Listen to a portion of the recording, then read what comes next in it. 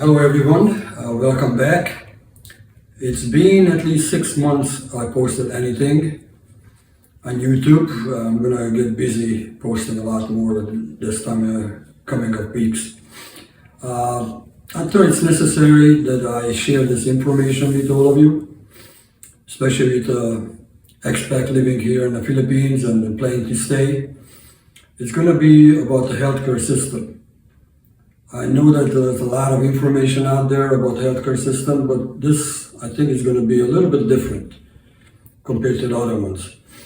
And I'm not just going to talk about prices, but also the policies, but going to seem very unusual for somebody coming from another country, especially from America. So this is what happened. I would say it's been 4 months now. We became very good friends with one of the locals here. She's Philippine. She was 39 years old. Her name is Kathy. And she became our friends. We did a lot of walking in the mornings and some workouts and get-togethers. And she was engaged to an American guy from Texas. And the man was very supportive. And they had a very good relationship. They were actually planning to get married. When he came to visit here, they bought a land a couple hours away from here, 4 hectares, maybe equals up to 6-7 acres. And so while he was in America and sending her regularly support to pay her rent and cover bills and grocery, she became ill. And we noticed it on her, but she didn't want to accept it first. We noticed that her eye, the white of her eye turned yellowish, and the skin a little bit too. Well, we believe she contracted jaundice from mosquito. Unfortunately, there's a lot of mosquitoes. And they say that the tiny mosquito is actually the one who can actually spread this thing. They usually go for the ankle. So what happened? Kathy went to a doctor, and from there she was transferred as to go to a specialist. Well, by that time she was getting worse. In a few days, drastically she was changing. Her color turned darker and darker. And they said that it seems like she has a mild liver problem. So they put her on medication. And she was taking this medication for 2 months straight. And it seemed like she's getting worse and worse. And me and my wife really showed her concern and give her advice that, try to scare you, but you look in the mirror yourself, you see yourself that things are not getting better. So we said, why don't you get a second opinion? She said, no, I trust this doctor, he was highly recommended, but still it's about yourself, your health. Doctors make mistakes, they can misdiagnose, and you don't want to be the testing rabbit for them. So just get a second opinion. I mean, if it costs money, your fiance willing to pay, and we have transportation. We took her to different places in the past already. When you go shopping, she came with us and different places to go. And well, anyway, she was very stubborn. She refused to get a second opinion. Well, it got to the point that one day me and my wife playing badminton outside, and Kathy came out, and I couldn't believe it. How can somebody lose so much weight in a couple of days? And I didn't want to scare her, but I was telling my wife, I said, we need to do something because she's not accepting the situation, that the way her health is going on, even though she's aware of it. And relatives live very far away from here, her relatives, and she's in not good terms with them, so she didn't want nobody to know, only me and my wife and one more person in the subdivision. Then what's happening, and my wife was frankly begging her that we need to go to a hospital, because we are very concerned about your well-being. And she insisted, no, I'm fine. Well, the morning came when nobody heard from her. My wife called her, no answer, text her over and over, no message coming back. Then the other neighbor, who was a good friend of us and hers, she was very concerned, so she comes here and she said, let's see if what's going on, that hopefully she didn't die. To go and knock and knock and knock on the door. We almost got to the point that we had to call the police and forcefully enter the place because we're concerned what happened with her. But finally, somehow she made it to the door, but she couldn't make it back to the bed, so she like collapsing and in very, very bad condition. So I said, excuse me, I'm sipping my coffee in the meantime. So I said, Kathy, I said, please allow us to call an ambulance because we are very, very concerned about your well-being. And finally she agreed. Now, this is really becoming very interesting, this story. You know, it's different when I say a story. You might not really realize the depth of it, the situation we experienced with her, especially her.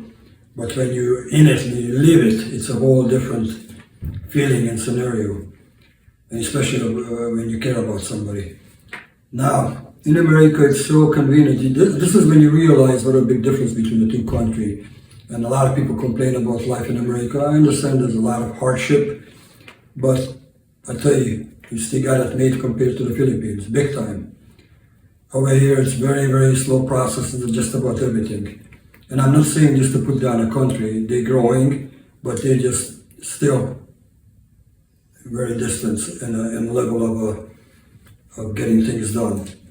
And so back to the ambulance. My wife calls the ambulance. Nobody answers the phone. That neighbor calls the ambulance. She's not getting through anybody. Always busy. Busy. Now, another neighbor came over who knew Kathy. We weren't friends, but they knew her. She's calling too, so half an hour goes by. I said, wow, I can't believe this is happening. So I'm not familiar how the process works over here. I'm just getting to learn more and more by experience of other people's problems. So we were thinking to just put her in a truck. We have a truck and take her straight to the hospital, but what if something complication happens because her condition was so bad that we were just concerned that we cannot give the medical attention she needs. We might do something wrong and end her life or something and we get blamed for it. So finally, one of the neighbors was able to get a hold of a hospital. Here, even though I think it's like in America, they have a 911 call, but nobody answered. I'm not making this up, nobody answered the darn phone. And it's pretty bad if somebody has a heart attack or something, or giving birth and just a few minutes away and no ambulance is coming. You can't get a hold of anybody. That's a big problem here. Now, finally, what the hospital said, I'm not going to say a name because I don't want to get into ever any legal problems here, but let's just say one of the hospital. And it's a very modern hospital, actually. And I believe they have very good professional staff there, nurses, medical assistants, doctors. Now what happened, they said they're willing to come out, but only with one condition. Somebody has to come in and pay for the ambulance, which wasn't too much, but I think it's 2,100 pesos. But had to be paid upfront. They would not accept online payment or through the phone or credit card payment. But I couldn't believe. I mean, how much easier it would be to speed up the process. And she has field health, but that for this hospital, because this is a private hospital, would not accept that for the ambulance. So me and my wife get in a truck and drive there and back. Well, a good hour went by, and finally the ambulance showed up. It was one guy and one woman, female. And when they opened the back door of the ambulance to pull out the cart,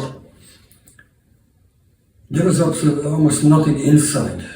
As I said, I'm used to seeing what in America. It's very, very modern, very loaded, like a doctor's office. You get everything there: oxygen machine, heart restoring thing, jumper, and you name it, all kinds of stuff, IVs. This one was bare, like a van with just barely anything inside. And so I said, well, let's get her to the hospital as soon as possible. So they carry her out. It was very difficult to get to her bedroom because the house she lives in like 30 square meters only, and it even had a bedroom built in, so you couldn't really put the carrying thing in, the cart to say. And so I helped out a little bit too. So we got her in, and we asked them if we can come with them, and not in the ambulance, but follow them. So we went, and they submitted her. They said you're gonna have to keep her in for a few days for observation. Now, I tell you, when they say the money is the root of all evil, that's such a bullshit. You know, because if you have money, you can get a lot of things done. It's the evil is the person who makes the money that way, on the action. So that's a very bad phrase to say, and it's very general in every country. And because the reason I'm saying this is because over here you need lots and lots of money to get things going on. They said that her liver is shutting down, her kidneys are shutting down. So she needs a blood transfusion. The blood transfusion itself is going to be over between 100 to 150,000 pesos. That's just that part. I'm not even talking about the rest of the stuff. The room and the different services they provided. Now, while this is going on, I'm down at the entry in the lobby, and I'm walking around reading the signs, and there's a big sign where it says no recording and no photographs are allowed to be taken. But it says that we will not refuse any service, even if you don't have any money. We provide service for you. So I tell myself, this poor woman doesn't have enough money. No insurance. Nobody's going to foot the bill because we don't know how far this is going to go up. And now her life is depending on who can come up with the money. So, excuse me.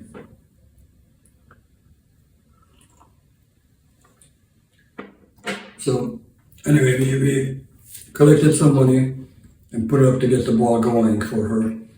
And the crazy thing, anytime you discover something new, then they keep her on life. She was actually on life support. From that room, that same day, this was in the morning when she was transferred in, and that night she ended up in emergency, not emergency room, but intensive care unit. And actually, she was in intensive care for about 6 days. Now,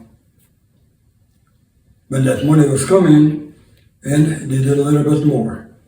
Then when it stopped, then the procedure stopped. I said they kept her alive, but they didn't do more what was necessary to happen. And her, health was drastically, completely going away. I mean, you can tell that the life is barely there in her. So we contacted the boyfriend in America, and the first day right away, and explained to him what's going on. And the guy's completely broken down, and they were planning to get married this year actually. And now everything is turned upside down. And his name is David, that's all I'm going to say. And he was asking how bad do we think it is, her condition. And I said, I'm not trying to scare you away, but it's a very bad condition. But I don't want to lie to him. Everybody deserves to know the truth. And so I said, it's up to you what you want to do here, but I'm just forwarding the message from the hospital that they require more money. And so that you don't have any doubt, I don't want you to think that we want anything out of this, because absolutely not. And we show you papers. We make pictures of it and send it to you through Messenger, and you can see. You can call up the doctors as well. There's phone numbers. And he trusted us all the way from beginning to the end. And he was sending money, but he got to the point that he couldn't afford to send either. And so they purchased the property when David was here. And the property what they purchased is 4 hectares. And they get screwed on a deal. And that's another thing in the Philippines, anywhere in the whole world, but in the Philippines happens a lot, or according to YouTube videos I'm watching, that you got to be very careful. Could be a lien on the property, or it doesn't even belong to people. They make a fake bill of sale and they provide a deed of the land, but maybe it's not real. Could be fake. Happened to many people already.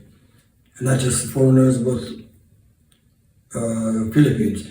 First of all, foreigners not allowed to own land at all, unless they inherit. That's the law in the Philippines.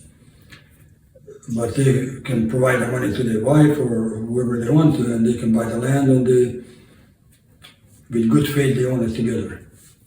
So, long story short, what happened to David and Kathy, the hospital said, well, do you have any real estate or anything you can put up as collateral? And my wife remembered that Kathy was telling that they bought a land together, and my wife asked him, well, it's up to you, David, but if you short on money, and the relatives, my wife was searching all over on Facebook to try to find the relatives to contact them, and finally contacted 2 of them, but none of them came up with any money at all, absolutely no money. So explained to David that the hospital is willing to take as a collateral the deed of the land, and it doesn't mean you lose it. You can always, once the whole hospital bill paid off and you have enough money, then you can pay off the deed. They even actually give a payment plan. That's how nice the hospital was. You said you can make a payment plan, and when you pay off the deed, then you get it back. Well, the land supposedly cost 350,000 pesos. The hospital honored it up to 110,000. Was going to honor it to 110,000. Now this is where it becomes crazy again. It's like, it seems like a chain reaction in some people's life, just one bad thing after the other one. So the hospital discovered that on the back, several pages of the bill of sale, and it's a little bit different than American title or deed over here. So there was a lien attached to it. So what happened when they purchased this land, Kathy and David, from a guy named, I'm just saying, Frank, for conversation's sake. Frank bought it off a person who really needed the money, so Frank bought it up for like 50,000 pesos, a steal. But Frank realized later on that there's a lien on it from one of the bank for near 10 years. Now in America, if there would be a lien from a bank, it wouldn't last for 10 years, that lien. It maybe 1-2 years, and after that it goes up to auction most of the time.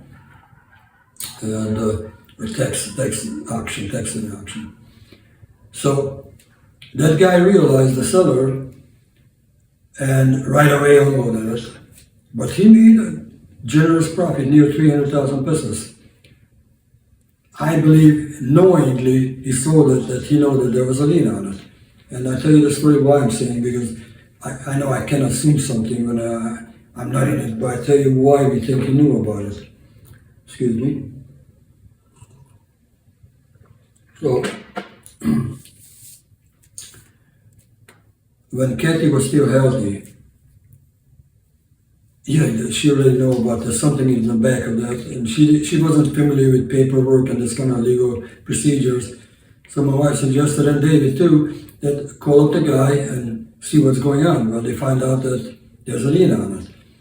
But the guy who sold it to them, who made out like 300,000 pesos, he refused to communicate anymore, because he knows that he's getting in hot water. He sold something without letting them know that there's a lien on it.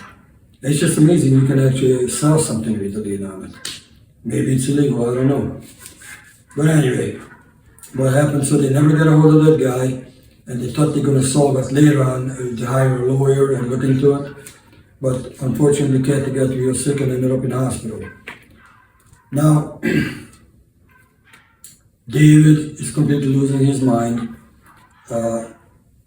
He was ready to retire in about 2 or 3 years, but this year he wanted to marry her and come out for another month here and then go back, make enough money that when he comes back, then they're gonna have enough money to build a house on the land and build a wall around it. And he really wanted to go into organic farming and keeping animals for themselves.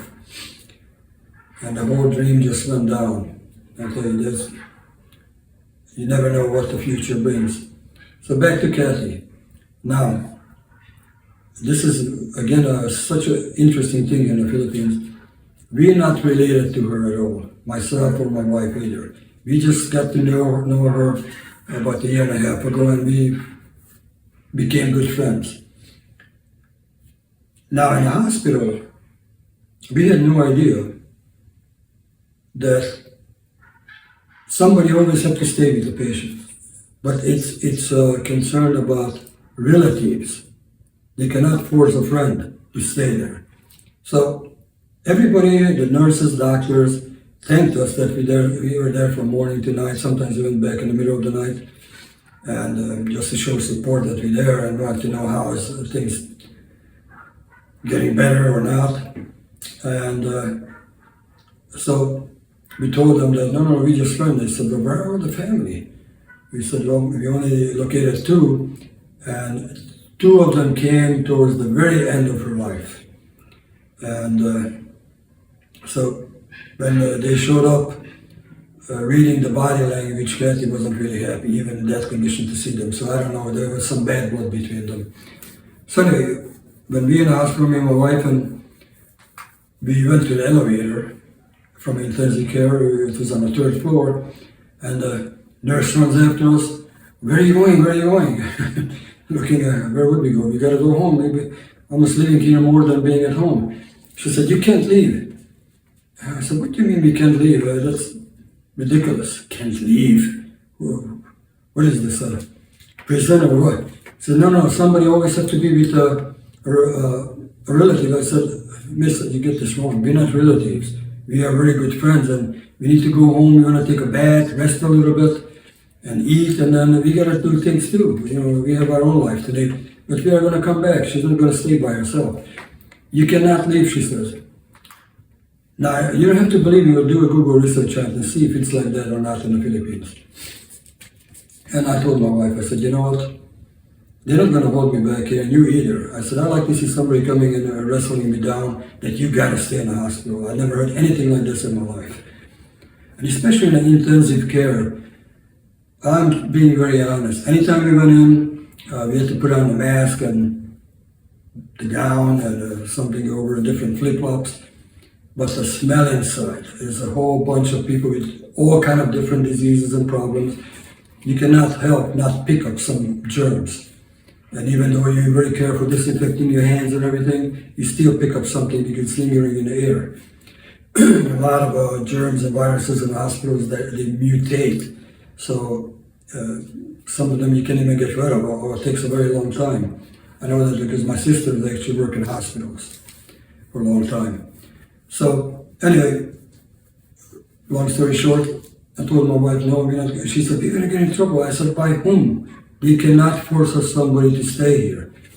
You have to understand, they go home too, the nurses and doctors. So you get an elevator, go down to a lobby, and walk back to the parking lot. I told my wife, I said, you see, nothing happened. As soon as I started up the truck, we get surrounded by a security guard and another one and the police. I said, wow, I can't believe my eyes.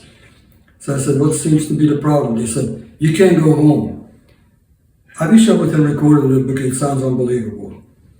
And it's up to you, believe it or not. I have no reason to lie about this. I'm just stating the facts. And I said, listen, only one of them was reasonable. He was the one who was in his 60s. He was actually retired and they called him in from home.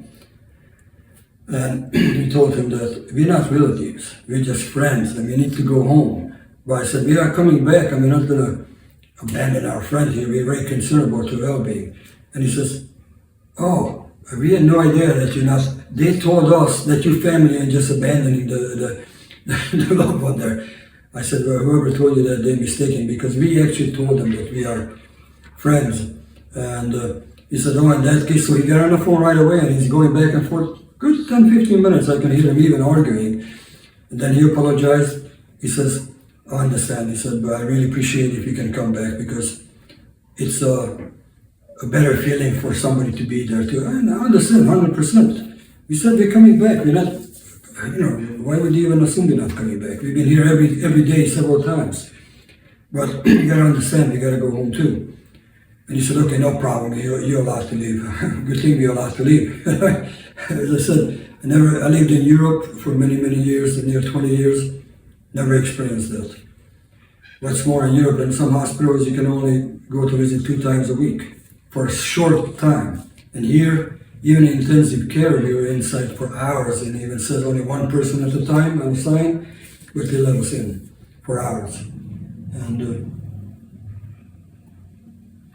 now, when we went back, this is about the 4th day, and it's very interesting because Kathy started to feel better. Even though she's hooked up to, you really have to be strong to show your emotions, not to show your emotions, how you feel about it, and not to show her that, wow, you're in very bad condition, because you don't want to scare the patient. There were 4 poles, each of them 4 different kind of bags, whatever they were inside, IV and you name it, all kind of, I guess, painkillers, maybe morphine, and I'm not sure exactly what. And then some other stuff. She was getting even more shots while we were there. But she started to smile. And she had a thing down her throat, so she couldn't talk, but she asked my wife to give a notebook, and she's writing down, really rusty, but I said, I got a bad feeling about this, and I'll tell you why. I was telling my wife, not in front of her, of course. We went out to the hallway later. I said, I noticed that in life many times, that even in my loved ones who passed away already, that hours or a day before they die, they start to feel a little bit better for a short time. And after that, unfortunately, death comes. And that's what happened. So she started to feel better, and then we had to step outside. So the nurse comes up to us and she said, would you please come to the desk? It's an emergency room. Yeah, we go over there. And she said, I need you guys to sign here and there and there. And my wife was just about ready to sign. I said, wait a minute, babe. I said, you can't sign any papers. You don't even read it. Don't go for them like a car dealer. Says, just sign here, just sign there, like 20, 25 pages. Yes, oh, it's nothing. It's just, it's just formal. Don't worry about it. Yeah, don't worry about it, but they want you to sign it, right? Over here is almost the same thing, a little bit different because it's a hospital. I said, well, let's read it. Good thing everything in English in the hospitals. So read it about financial responsibility and this and that. I said, absolutely not. I said, if I had to drag you out of here, you're still not going to sign it. Because they're looking for somebody to be responsible for the rest of the bill. Now, by this time, I'm not joking, it was like easily $100,000 a day, jumping, one day after the other one. So it was up to, I think, like $550,000, not dollars, some 550,000 pesos. But even in dollars, it's quite an amount of money, especially the way the economy is, right? And when you're retired, every dollar counts. So I advised my wife, I said, please don't sign anything. It's not that we not being good to her, but we cannot carry that burden. If she passes away, then we are responsible. They're going to come after us. They can lien anything we have, or who knows, maybe even sue us for the difference in the bill. I said, no, we can't do it. They already got the title of the land, even though it's worthless because it has a lien on it. So my wife came up with a brilliant idea. Even though we're in the Philippines, they also have welfare systems, and very poor welfare system when it comes to feeding families. It's like a joke compared to America. Now here what they have is, the reason I said welfare, because it's actually like you're getting a grant from a certain organization. So we asked the hospital that give us time, explain to them we cannot be responsible for any of the bills, but we understand that you deserve to get paid because you definitely went out of your way and did everything possible to, not just to keep her alive, but reverse her condition to healthier. So we said, give us a form, and my wife knows different places where we went and showed that this woman has absolutely no income, no relatives helping, the boyfriend, and not boyfriend, but the fiance in America, completely exhausted his finances. He paid 10-15% of the hospital bill, but he couldn't afford more. So we're looking for any kind of generous grants to say, or offers towards the hospital. And so one of them gave 40,000 pesos. Not to us, to the hand to us. They said we gave that form to them, and they communicate between a hospital and this organization, but they have to sign off and put a stamp on it that we were really there and they approved it. So now we go back to the hospital.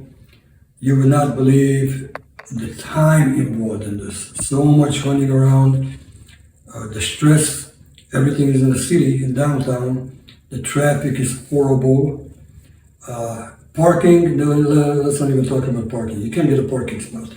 If you get a parking spot, it's so tight that you always have to worry who's going to scrape up the side of your truck or something. So, very difficult. And time-consuming, stressful. Some places, when my wife went in, she was in there for 3.5, 4 hours even before it was her turn to be on. And then some places they couldn't help. They were completely out of money.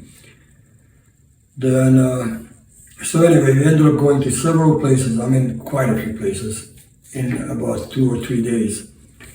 And we were able to gather, I think, about 200,000 pesos for her, for the hospital bill. But after that we couldn't. We even went to the governor.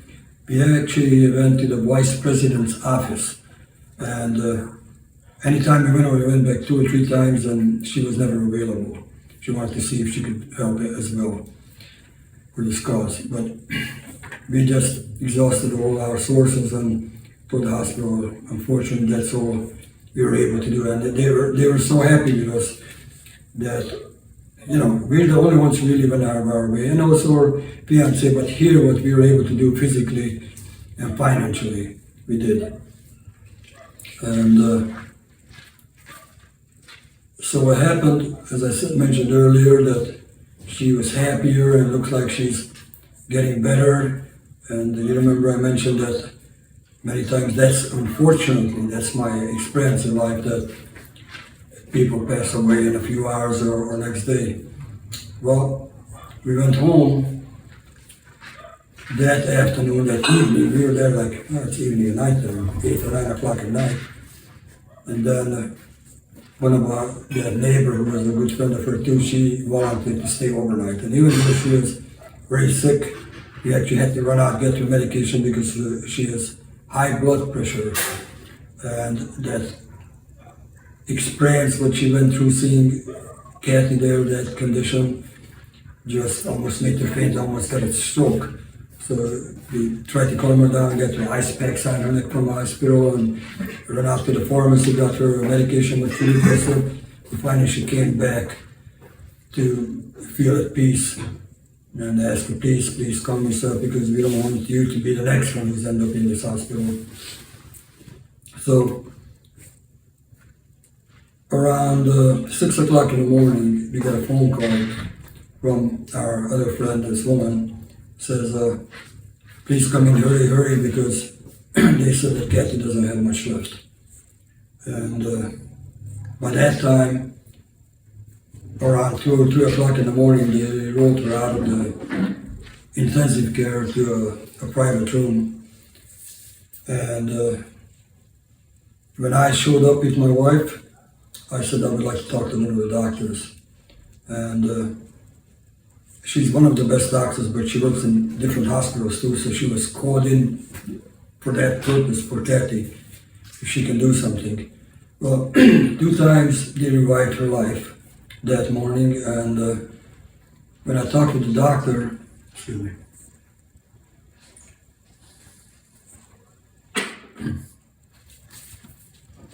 the doctor says she only has minutes left. And she said, what should we do? Should we keep the life support on her or not? I said, listen, I cannot give any advice on this. I said, you do what you need to do, what you think is best to do. I said, I don't want to get blamed for anything, even though I think in the deep of my heart I felt like that's probably the best thing to do. If she's in that condition that she cannot be helped at all, why have the person suffer? So I said, please, you do whatever you think you need to do. It's really not up to me. As I said, I'm not even family. So, but she said, I just wanted to let you know. And let the other ones know too, my wife and our other friend, and I did it. And so they stopped and that was over.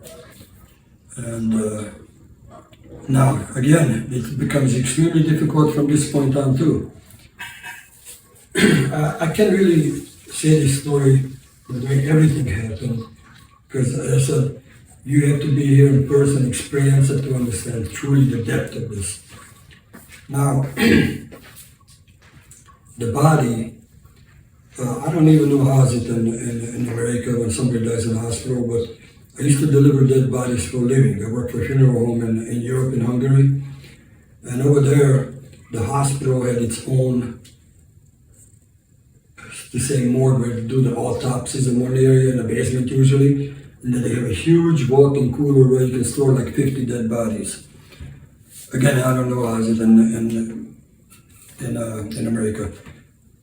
And in Hungary, when somebody passed away, the relatives have to go and take care of the hospital bill and everything, and they call for they notify the funeral home, and then we went out with a specialty made vehicle and picked up the dead body and took it to a funeral place for a wake and then for the burial. Now, here, they did not want to release the body unless somebody pays. and also to transfer the body from the hospital to the morgue, I forget, it was a pretty high price. So we went to the morgue and running back and forth. And now this is where it became more difficult too, because the relative, well, first of all, Kathy, when she felt like life is slipping out of her body, she requested that she wants to be buried with her mother. Now, this is Butuan City, Mindanao. Her birthplace was in, what it's called? Devil. And her mother has been buried there. So there was enough room in the funeral place that there was an empty spot for that purpose, for, I guess, for her. And now,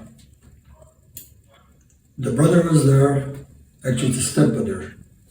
And when he found out how much it cost, he said he can't afford it. And I told myself, I know you can afford it, you didn't pay anything so far at all. But he seemed like a very nice guy, sincere guy. And he did show when she passed away that, you know, he was in pain. So me and my wife tried to be the people trying to get this ball going, because you can only keep it so long in a hospital, the body, and also in other places, because a lot of people are dying in the morgue. So when I say in the morgue, you can only keep the body in the morgue for so long too. So these people, I mean, her stepbrother thought that somehow somebody comes with the money to deliver the body from the hospital to the morgue, and then he's gonna get a van, not even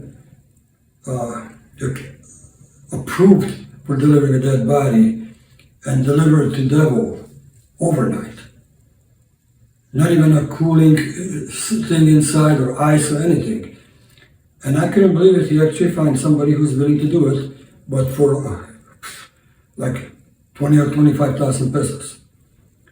And so the gas would have been about roughly 2,000 pesos one way, the gasoline or diesel for the vehicle, and the rest would be all profit for the person. But I just couldn't believe it, that you can actually try to attempt to do something like that, right? And it's a minimum 8-hour drive. What if there's an accident and they open up the vehicle and there's a dead body in the back, right? It's just ridiculous. So he didn't go through with that because he couldn't afford it.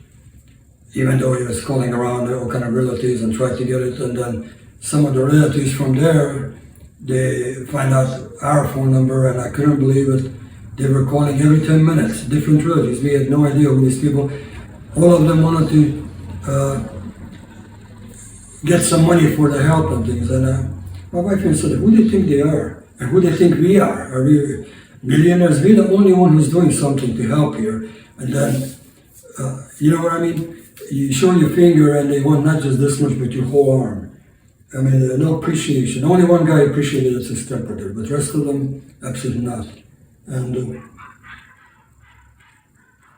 it kind of pissed me off because, you know, you're doing a good deed, whatever you possibly be able, but you're not expecting anything back in change. Not even want to thank you, but don't kind of attack us and try to make us seem like we did something bad here. So anyway, finally, more money was collected, and from various sources. So we got Kathy transferred, and they had a small wake at the morgue, and then from there she was transferred with the proper transportation, with the morgue provided. Forget what was the amount, and then was transferred over there to Devil. We personally didn't go over there. We don't like to be at funerals. What matters is what's in your heart. From that point on, it was really for the family to take care of her. And so, the reason I wanted to share this story, hope I didn't bore you guys, so when you leave here, be ready for things like that you think you can just go home and you're going to be surprised that they hold you back, practically, that you got to stay there. If it's your relative or your wife, then I guess there's a law they can do that. I don't know. I mean, I didn't research that yet, but so it could be very unpleasant, you know. And be careful if they want you to sign anything. And I tell you, the best thing to do when you're here and you're ready to really settle down, you know, when you got the right person, if you're even getting married, that get insurance. They provide insurance here. I don't think it's a Philippine company, but it's accepted here. You can put your whole family on it, or just the two of you, you and yourself and your wife, or your wife and husband. And that way you have money that covers the procedures. Okay? If you had anything like this happen to you, I would welcome your sharing your story, at least write about a little bit, and I would like to learn more, what's maybe surprises out there, but that's my story, and I hope it was a little bit educational for all of you too. All right, thank you for your time, and please enjoy life. Take care. Next time.